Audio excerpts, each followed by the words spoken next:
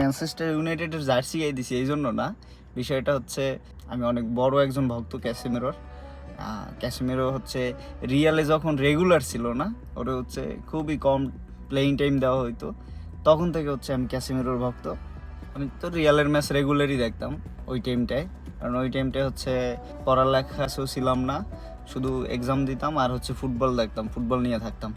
তখন হচ্ছে Real Madrid, Barcelona, Manchester United, Liverpool, মানে লা লিগে, ইংলিশ প্রিমিয়ার লিগে, চ্যাম্পিয়ন্স লিগ, ব্রাজিল আর্জেন্টিনা হচ্ছে ন্যাশনাল টিম, এই ম্যাচ তো কখনোই হচ্ছে মানে বাদ যাওয়ার কোনো অপশন ছিল না, বাদ যাইতো না। আমি কি করতাম, আমি হচ্ছে ক্যাসেমিরোরে খুব কম প্লেইং টাইম পাইতো, ওই ম্যাচগুলো হচ্ছে দেখতাম যে ক্যাসেমিরোরে কখন উঠাইবে, এই ব্যাপারগুলো হচ্ছে উপভোগ করতাম।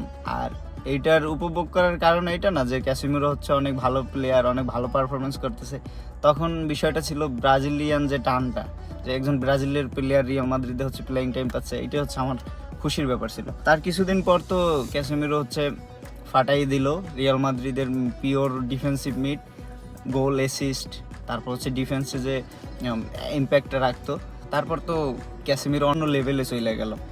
সেই ক্যাসেমিরো রিয়াল মাদ্রিদ ছাড়ার পরে ক্যারিয়ারটা অন্যদিকে চলে যাইতেছে।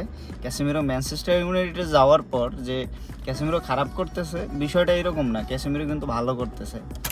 ছিল ডরিবল আসার পর যে 1 সেকেন্ডের জন্য হচ্ছে ক্যাসেমিরোর চান্স দেয় না, অথচ ক্যাসেমিরোর পারফরমেন্স কিন্তু ব্রাজিলে যে অন্য প্লেয়ার আছে, মিডফিল্ডার আছে, ডিফেন্সিভ মিডফিল্ডার, তাদের থেকে ওই রকমের বাজে না বা খারাপ না, বাট ডরিবলের চোখে ক্যাসেমিরো হচ্ছে ভালো ছিল না, না কি জানি না, থিয়াগো সিলভা, ক্যাসেমিরো এদের হচ্ছে ডাকতো না। লাস্ট যদি আমি ম্যানচেস্টার ইউনাইটেডের হিসাব করি, ক্যাসেমিরোর যতগুলো ম্যাচ খেলছে দেখবেন, ক্যাসেমিরোর রেটিং দেখবেন 10টা ম্যাচ খেললে তো একটা ম্যাচ 2টা ম্যাচে হচ্ছে রেটিং একটু কম থাকতে পারে, তাছাড়া ওর পারফরমেন্স বিচার করবেন।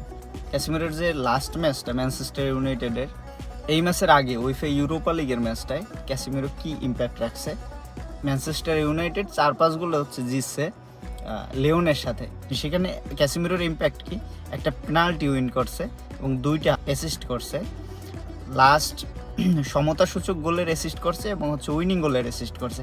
সমতাসূচক গোলের অ্যাসিস্টটা হচ্ছে সহজ ছিল, বাট যখন হচ্ছে উইনিং গোলের অ্যাসিস্টে কী করছে দেখবেন, ক্যাসেমিরো যেখান থেকে বল নিয়ে আসছিল ওই পজিশনে হচ্ছে ক্যাসেমিরো সবসময় শট করে, কারণ ওই পজিশন থেকে ক্যাসেমিরোর অনেকগুলো গোল আছে, আর ক্যাসেমিরোর লং রেঞ্জও ভালো।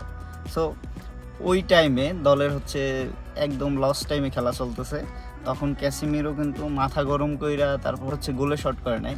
ক্যাসেমিরো ওইখানে কি ফলো করছে, ক্যাসেমিরো ফলো করছে হ্যারি মাগুয়ের যে কনফিডেন্স নিয়ে হচ্ছে বল চাইছে ওর কাছে, যদি ভিডিও দেখেন যে বক্সে ঢোকার আগে ডিফেন্সের পিছনে বলটা চাইছে, আর ক্যাসেমিরো সেম পজিশনে হচ্ছে বলটা দিছে, এই মানে ডিফেন্সটা হচ্ছে লাভ দিছে, তোর মাথায় বাজে নাই, হ্যারি মাগুয়েরের মাথায় পড়ছে, আর হ্যারি মাগুয়ের ফিনিশও দিছে, জোস একটা ফিনিশ দিছে। সো ক্যাসেমিরোর পারফরমেন্স, এই পারফরমেন্স নিয়ে এই যে অ্যাসিস্টটা, এটা হচ্ছে 10-এর 10, কারণ হচ্ছে হ্যারি মাগুয়েরের যে হাত দিয়ে বল ইশারা করা এবং সেম পজিশনে হচ্ছে বল দেওয়া, এটা ভেরি টাফ, ঠিক আছে, বাট এইটা ক্যাসেমিরো কইরা দেখাইছে। ক্যাসেমিরোর বয়স হচ্ছে 33 এবং বাকি একটা অ্যাসিস্ট আছে, একটা হচ্ছে পেনাল্টি উইন আছে। এটা নিয়ে এত কথা বললাম, পরবর্তী ম্যাচে আবার ক্যাসেমিরোকে হচ্ছে রাখে নাই, ম্যানিউ কিন্তু হারছে 1-0 গোলে। এই ম্যাচটার আগের ম্যাচেও ক্যাসেমিরো রাখে নাই, ম্যানিউ হারছে। সো এইটাই, ক্যাসেমিরো হচ্ছে রিয়াল মাদ্রিদ ছাড়ার পর সব জায়গায় অবহেলিত হচ্ছে, ব্রাজিল জাতীয় দলে অবহেলিত হচ্ছে, ম্যানচেস্টার ইউনাইটেডে অবহেলিত হচ্ছে। একটা প্লেয়ার এই রকমের ওয়ার্ল্ড ক্লাস মাপের ডিফেন্সিভ মিডফিল্ডার, তার শেষ সময় যদি হচ্ছে এরকমের অবহেলিত হয়, তাইলে ম্যানচেস্টার ইউনাইটেড কেন এটা করতেছে জানি না। এরকমের একটা প্লেয়ার হচ্ছে শেষ সময় আইসা ভালো পারফরমেন্স থাকাকালীন হচ্ছে প্লেইং টাইম দিচ্ছে না, এটা খুবই বাজে একটা বিষয়। আমি জানি না কেন প্লেইং টাইম দিচ্ছে না ইংলিশ প্রিমিয়ার লিগে। 2014 পর ব্রাজিলে যত প্লেয়ার হচ্ছে আসছে, তাদের মধ্যে ক্যাসেমিরো হচ্ছে আমার অন্যতম ফেভারিট একটা প্লেয়ার।